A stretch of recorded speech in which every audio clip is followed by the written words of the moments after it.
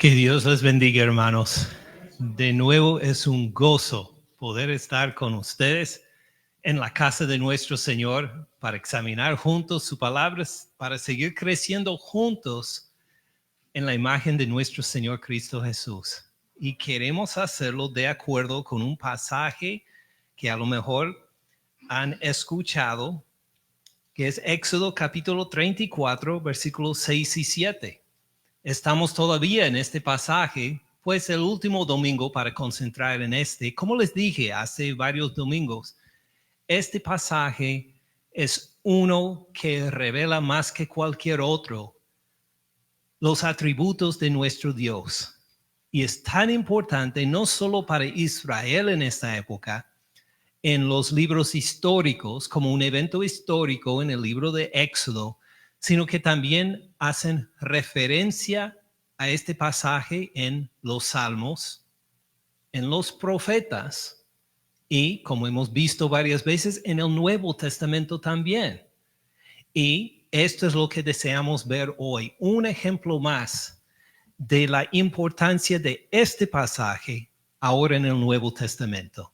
Y Padre Celestial, por eso pedimos que nos llenes de nuevo en tu Espíritu Santo, para que no solo entendamos bien lo que tú nos has revelado en estos versículos, sino que para que veamos su aplicación a nuestro diario vivir ahora en Cristo Jesús. Y no lo vamos a pedir, no lo vamos a percibir, Padre, si no nos llenes con tu Espíritu Santo de discernimiento y sabiduría antes. Por eso, Padre, pedimos, clamamos, aunque nos llenes en tu Espíritu Santo, para que sigamos creciendo en todo lo que es esta maravilla que nos has dado en tu Hijo Jesús. Y es en el nombre de Él que oramos. Amén. Amén. Por favor, vuelvan a Éxodo 34, 6 y 7, nuestra plataforma de lanzamiento, por lo que estamos por ver en el Nuevo Testamento. En Éxodo 34, 6 a 7 dice, y pasando Jehová por delante de él, delante de Moisés, proclamó. Esta revelación es por proclamación. No necesariamente por algún evento, no por ninguna visión, sino proclamó, Jehová, Jehová, el nombre del pacto, Yahvé, Yahvé. Este nombre que es por lo cual reconocemos a Dios en todas las generaciones, el nombre del pacto con que Dios se identificó.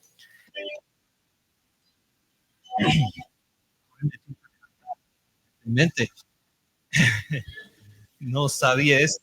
Creo.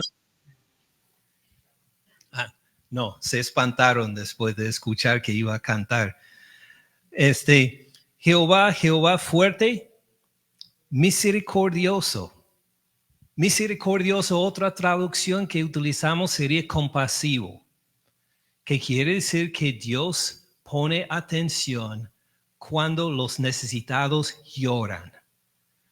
Por ejemplo, si un padre quiere despertarse, si una mamá quiere despertarse a la 1 de la mañana, cuando está en el sueño profundo, ¿por qué razones va a despertar una mamá que ha trabajado todo el día y está cansada, está en el sueño profundo a las 3 de la mañana? O un papá que también ha trabajado mucho, que está en el sueño profundo. ¿Cuáles son las cosas que le hace despertar a las 3 de la mañana del sueño profundo? Sí, los hijos, el llorar de los hijos. Al escuchar que un hijo, que una hija, que un bebé llora, de repente se despierta, se levanta de la cama aunque no quiere, aunque le ofreciera cualquier otra cosa, no levantaría de la cama, pero al escuchar a su hijo llorar, sale de la cama. Así es Dios también. Es compasivo. Cuando escucha que le clamamos en nuestro dolor, en nuestro desánimo, en nuestro lo que sea, la tribulación por la cual pasamos, Él pone atención. inmediatamente está presente para escuchar. Esto significa que Él es misericordioso y piadoso. Piadoso que también tradujimos como clemente. Significa que Dios tiene toda autoridad para castigarnos, para condenarnos, porque somos pecadores. Y con toda esta autoridad que tiene para condenarnos aún, pausa y pone atención a nuestro clamor pidiendo perdón, pidiendo misericordia. Y en vez de castigarnos como merecemos, en vez de condenarnos como merecemos, pausa para perdonarnos, para edificarnos, para levantar nuestra cabeza, para recibirnos de nuevo en su familia. Es piadoso, clemente en este sentido, que pone atención cuando los suyos le claman y le piden perdón. Tardo para la ira.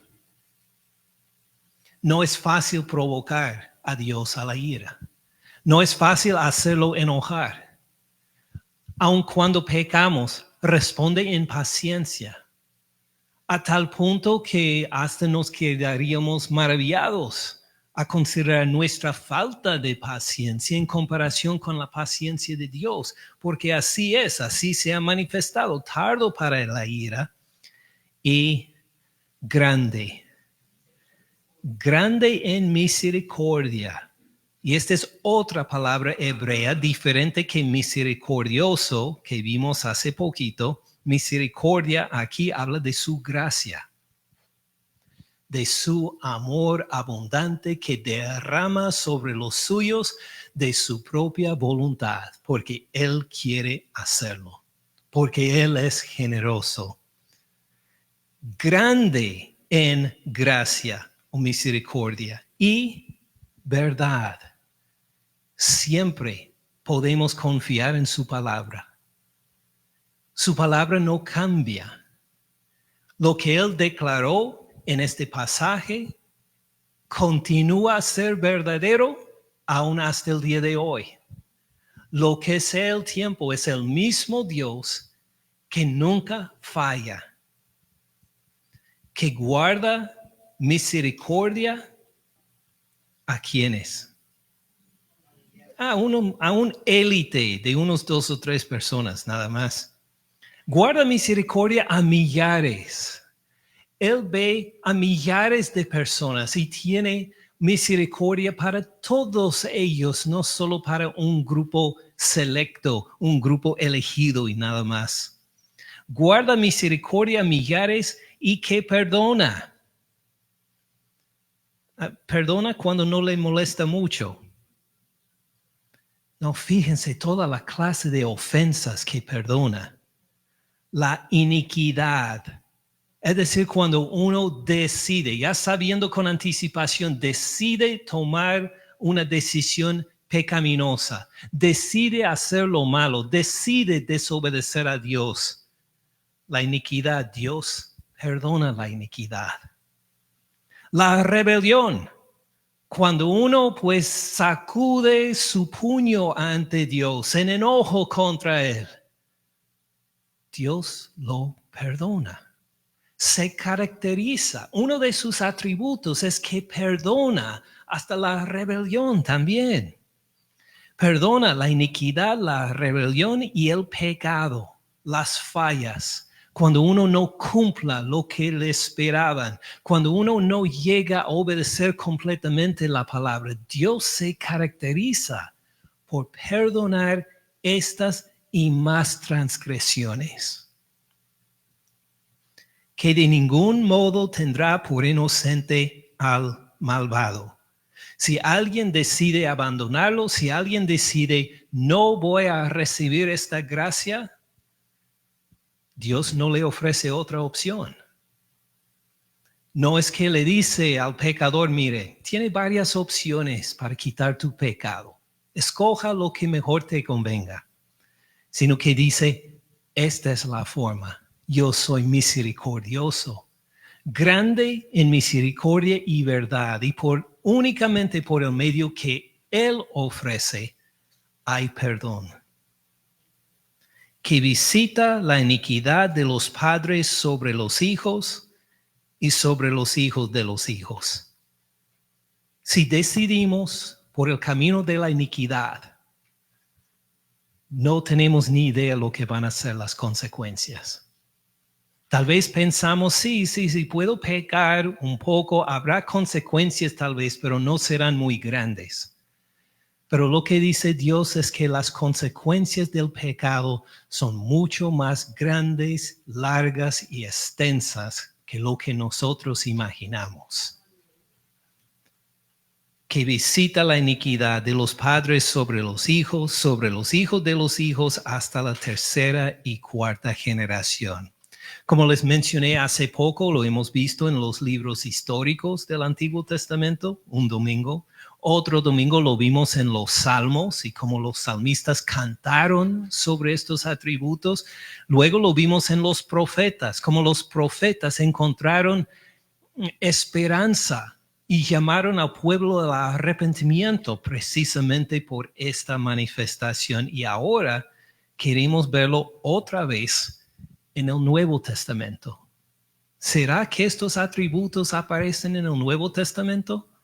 Sí, hemos visto varios ejemplos. Queremos concentrar hoy en un ejemplo más en la carta a los Efesios.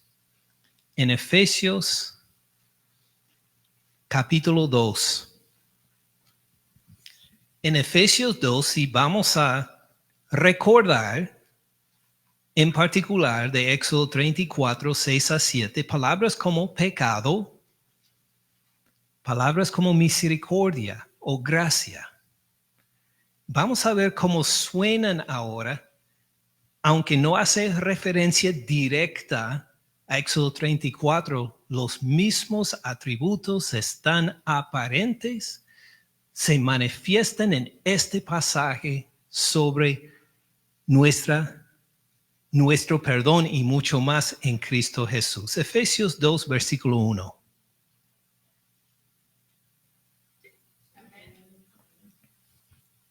Efesios 2, 1.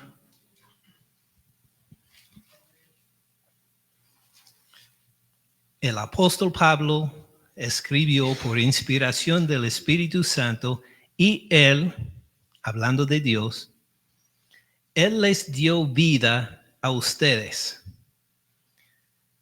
cuando estaban muertos en sus delitos y pecados.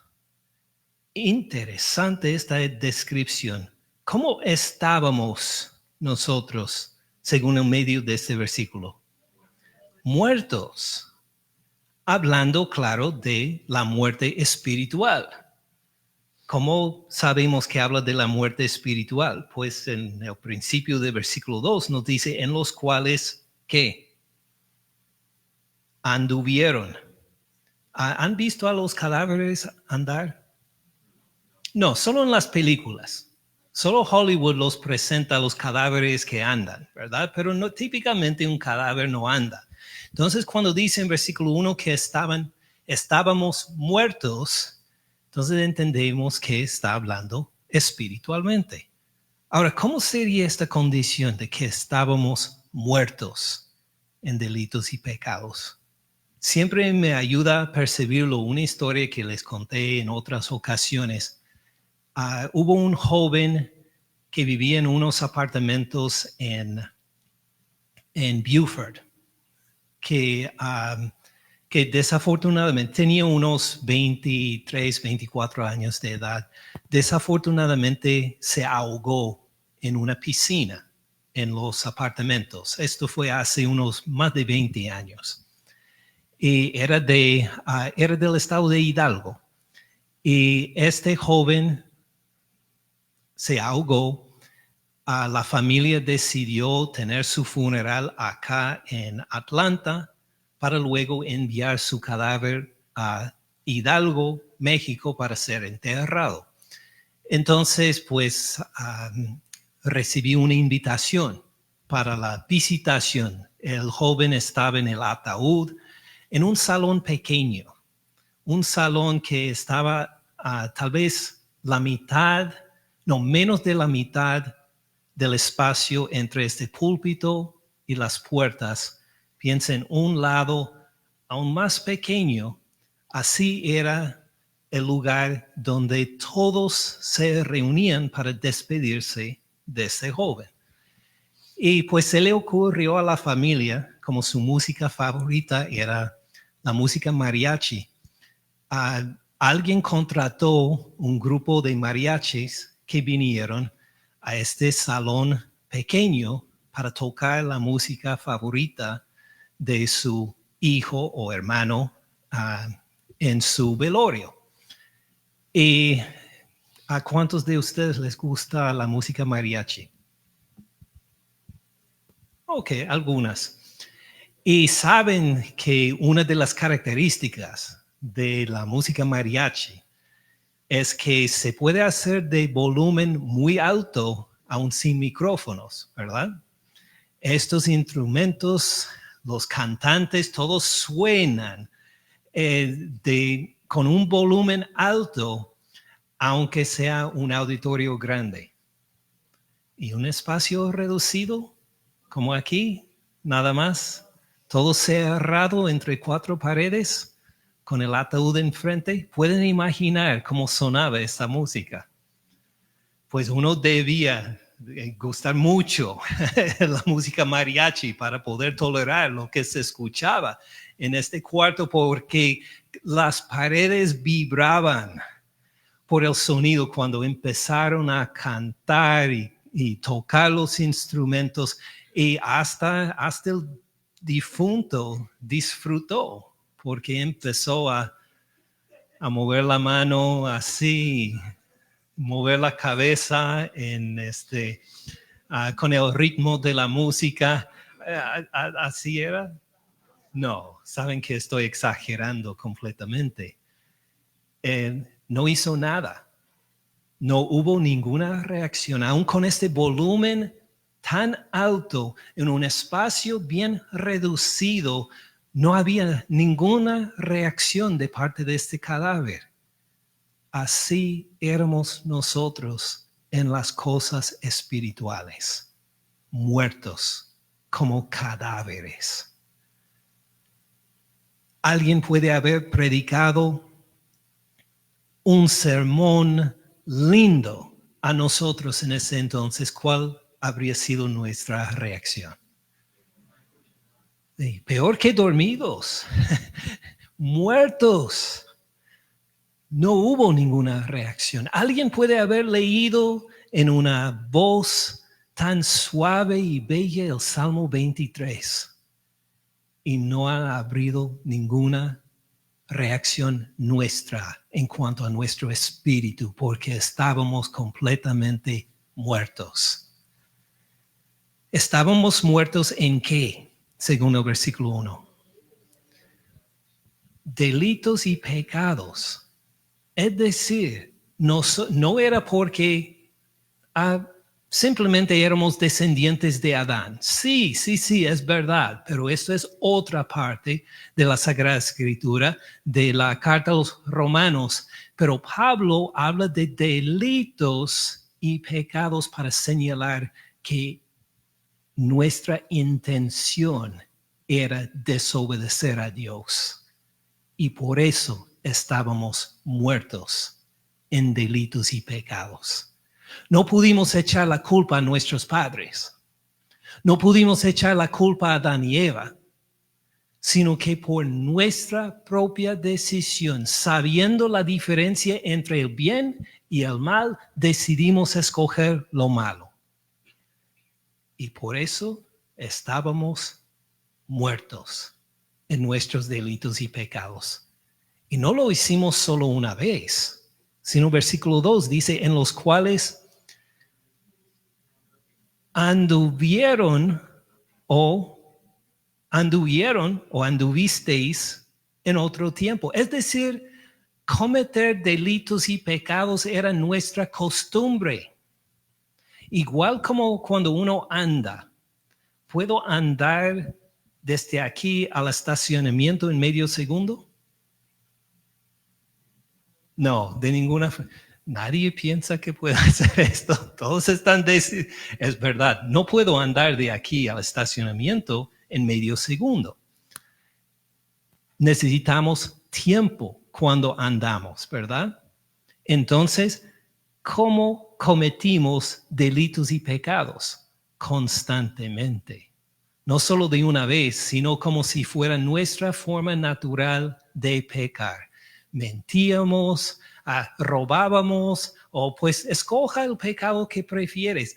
Esto hacíamos normalmente, era nuestra forma de andar porque estábamos muertos en nuestros delitos y pecados, en los cuales anduvieron ¿en cuándo? En otro tiempo. O es que habrá esperanza, pero tenemos que esperar unos versículos para llegar a la esperanza, en los cuales anduvieron en otro tiempo, siguiendo ¿qué? La corriente de este mundo, simplemente siguiendo el fluir, la forma de vivir que hacían todos los demás, que simplemente imitábamos a los otros, a nuestros familiares, a nuestros amigos. Esto dirigía nuestra vida mientras seguimos muertos en nuestros delitos y pecados, siguiendo la corriente de este mundo conforme al príncipe de la potestad del aire, el espíritu que ahora opera en los hijos de desobediencia. Entonces, ¿quién será el príncipe de la potestad del aire? El espíritu que ahora opera en los hijos de desobediencia. ¿A quién refiere? A Satanás. Entonces uno dirá, un momento. Pastor, estoy de acuerdo que en otra época yo desobedecía a Dios. Y no solo una vez, sino constantemente. Yo seguía la corriente de este mundo, pero por favor, yo nunca seguía a Satanás. No, con Satanás no quería ver nada. Esto pues no se aplica a mí y como era yo. Una pregunta. ¿Cómo nos describió en versículo 1 en cuanto a nuestra condición espiritual? Muertos. ¿Un muerto puede percibir si sigue a Satanás o no? No. Entonces, tal vez en tu opinión no seguías a Satanás, pero estabas muerto espiritualmente. ¿Cómo ibas a saber? Y lo que revela Dios acá es que sí, aunque no te diste cuenta, anduviste con Satanás, acompañando a Satanás, siguiendo su voz, siguiendo lo que te sugería, te sentías en tu salsa, viviendo con Satanás y siguiendo la corriente del mundo, pero siendo muerto en lo espiritual, no lo reconociste. Simplemente lo seguías. Entre los cuales, versículo 10, también, ¿quiénes? Sí, estoy en versículo 3, entre los cuales también todos nosotros vivimos en otro tiempo. No estoy criticando a usted y la condición suya en el pasado. Estoy criticando la situación de todos nosotros, incluyéndome a mí mismo también. Así vivíamos todos, muertos en nuestros delitos y pecados. En otro tiempo, además de seguir el mundo, además de seguir a Satanás, ¿qué más seguíamos según las próximas palabras de versículo 13? Otros tiempos en qué? En los deseos de nuestra carne. Simplemente seguíamos lo que nuestra carne quería hacer. Haciendo la voluntad de la carne y de qué más? De los pensamientos. Pensábamos que tal cosa estaría bien y así lo hacíamos. ¿A qué tal lo que decía la palabra de Dios? Estábamos muertos en cuanto a las cosas espirituales. ¿Qué importaba lo que decía la palabra de Dios?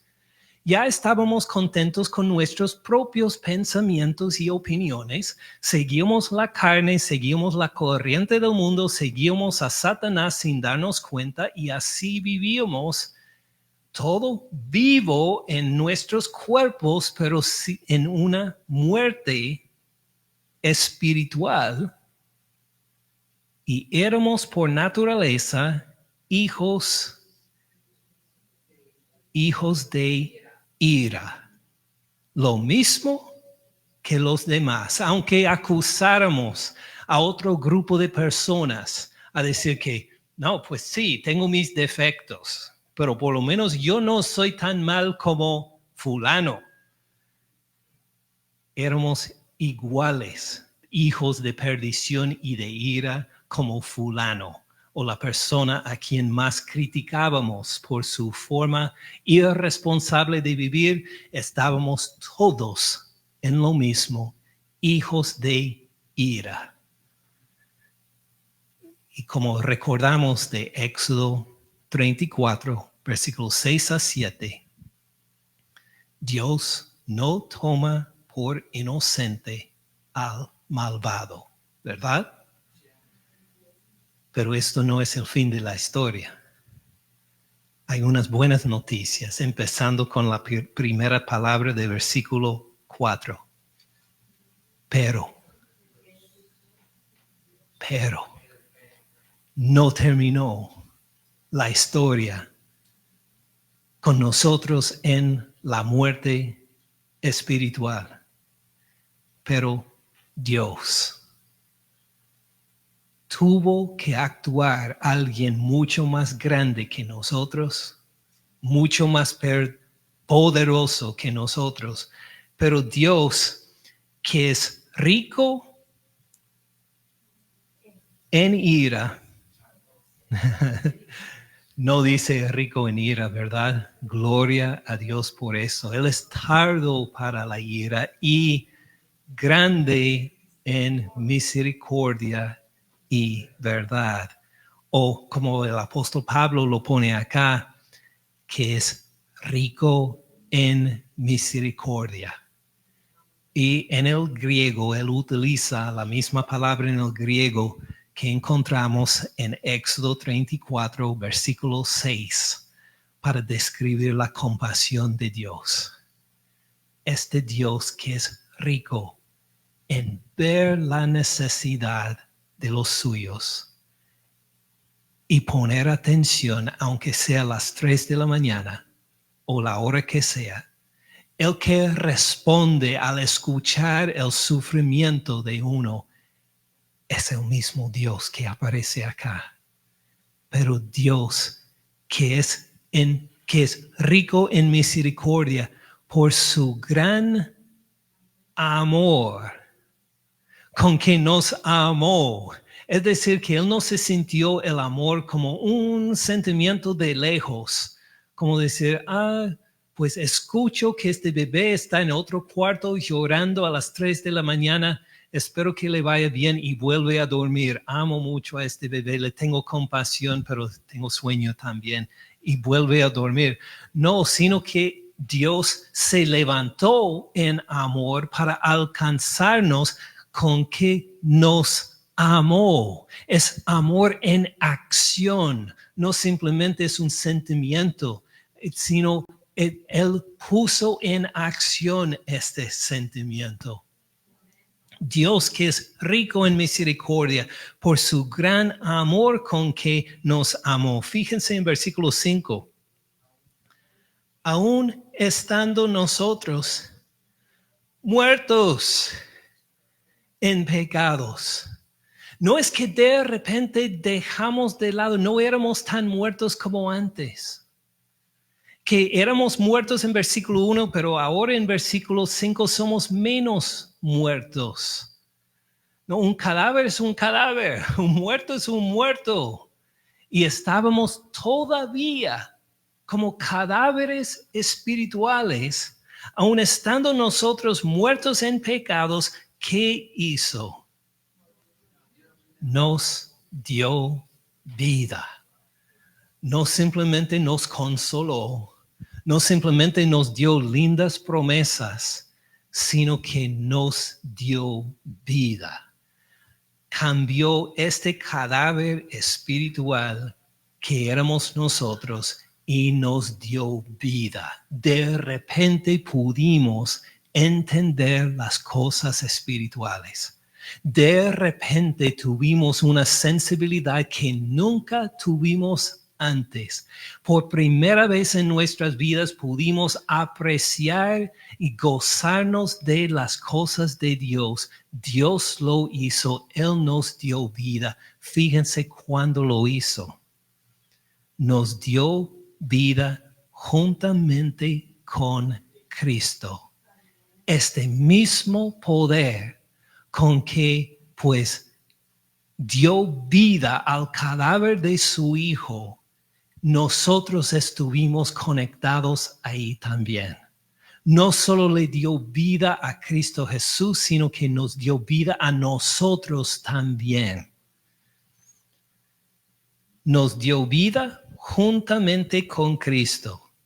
Y pues Pablo tiene que decir adicional, por gracia son salvos. Solo al pasar, porque no quiere adelantarse a hablar de este tema, pero no quiere dejar de lado todavía lo que estaba describiendo. Entonces los traductores lo ponen en corchetes por esto, para decir que Pablo ya quiere anunciar algo más, algo grande, algo glorioso, pero pausa un momento para decir, ok, permíteme volver al tema de que estaba hablando. Dios, que es rico en misericordia por su gran amor con que nos amó, aun estando nosotros muertos en pecados, nos dio vida juntamente con Cristo, y juntamente con Él, ¿qué hizo?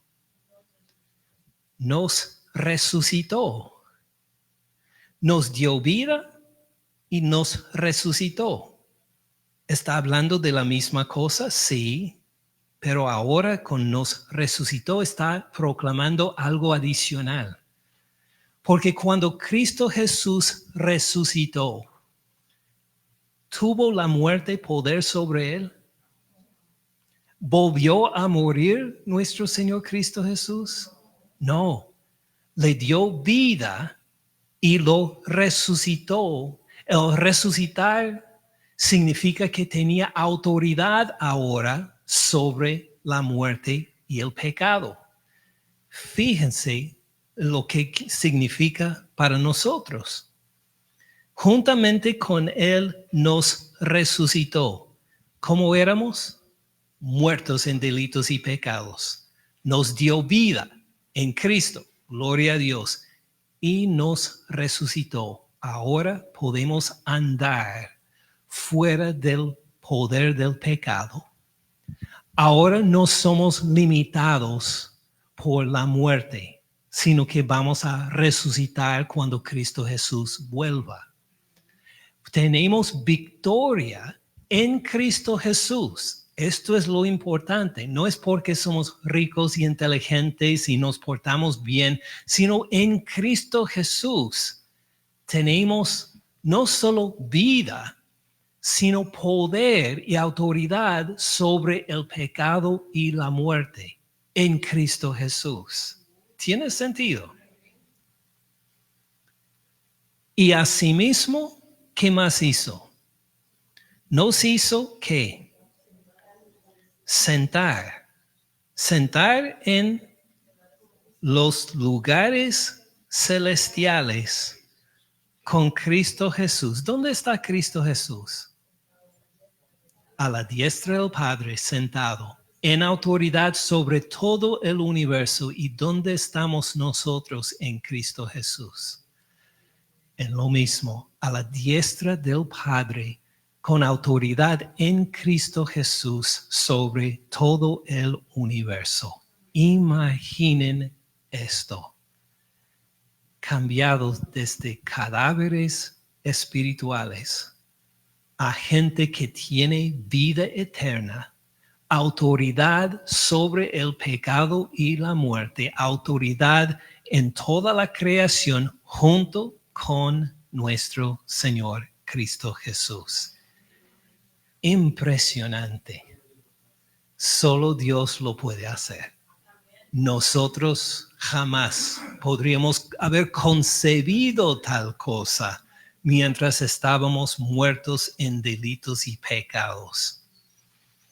Versículo 7. Para mostrar en los siglos venideros las abundantes riquezas de su gracia en su bondad para con nosotros, y otra vez subraya por quien tenemos estas bendiciones en Cristo Jesús. Porque por gracia son salvos por medio de la fe. Por gracia, en este amor abundante de Dios derramado sobre los suyos, son salvos, rescatados, redimidos de la muerte espiritual. Son salvos por medio de la fe. ¿Cómo participamos en esta victoria que tenemos en Cristo Jesús? Por fe. Por fe en Él, por creer en Él, por tener nuestra seguridad en el Hijo de Dios que murió en la cruz por nosotros, que resucitó de entre los muertos, que ascendió al Padre y algún día vuelve por nosotros. Por fe en Él compartimos esta victoria. Y esto, ¿a qué refiere esto? Sí, porque si dijo nada más la fe, sería esta, no de vosotros, ¿verdad? Pero no habla solo de la fe. Si hablara de la gracia, más adelante, más antes en versículo 8, porque por gracia sería también esta, no de vosotros. ¿Qué tal la salvación? Gracia, salvación y fe. Y estas sería entonces. ¿Pero por qué dice esto? Porque está hablando de todo el conjunto. Todo el conjunto. Esta salvación por gracia, por medio de la fe, por todas estas maravillas que acabamos de ver, esto no de ustedes. Nosotros no lo ganamos. Ninguno de nosotros de repente dijimos, ¿sabes? Ya estoy cansado de ser cadáver espiritual. Creo que voy a vivir. Creo que voy a hacer algo. Voy a responder de alguna forma. No, era imposible. Esto no de ustedes. Es don o regalo de Dios. Dios nos lo dio gratuitamente, como dice Romanos 3:25. O 24, disculpe.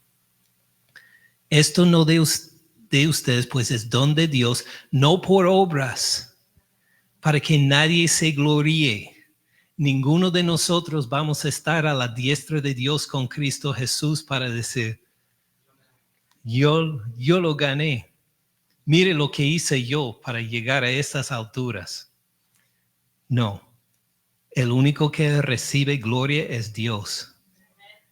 Pero no se olviden versículo 10, porque somos hechura suya, hechura de Dios, creados en Cristo Jesús para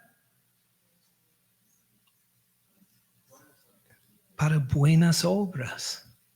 ¿Para ganar la salvación? No, imposible, sino para manifestar nuestro agradecimiento a Dios. Para manifestar nuestra adoración a Dios.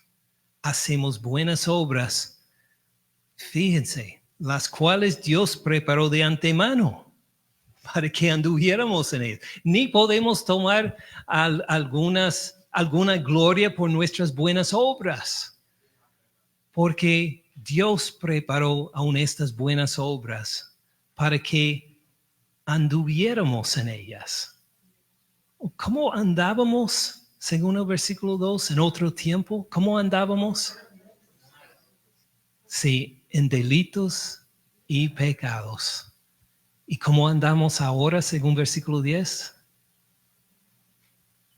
En buenas obras preparadas de antemano por Dios, en agradecimiento y adoración. Entonces, simplemente para cerrar, vamos a ver inicio el final, simplemente para preguntarnos, ¿hay residuos en nuestro diario vivir de la vida anterior?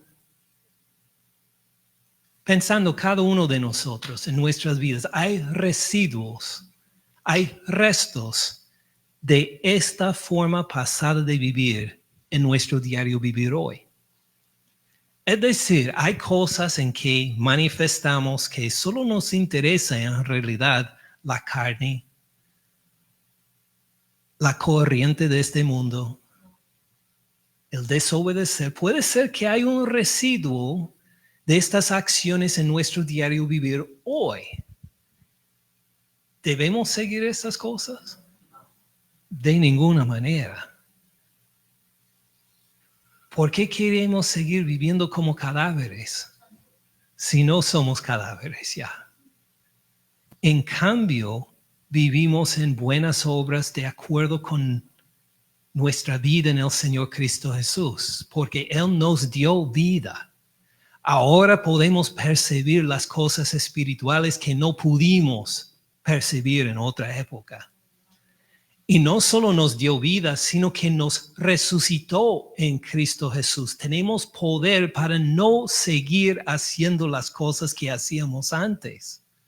Los pecados y los delitos que nos eran tan naturales en otra época, ahora tenemos poder para no hacerlos.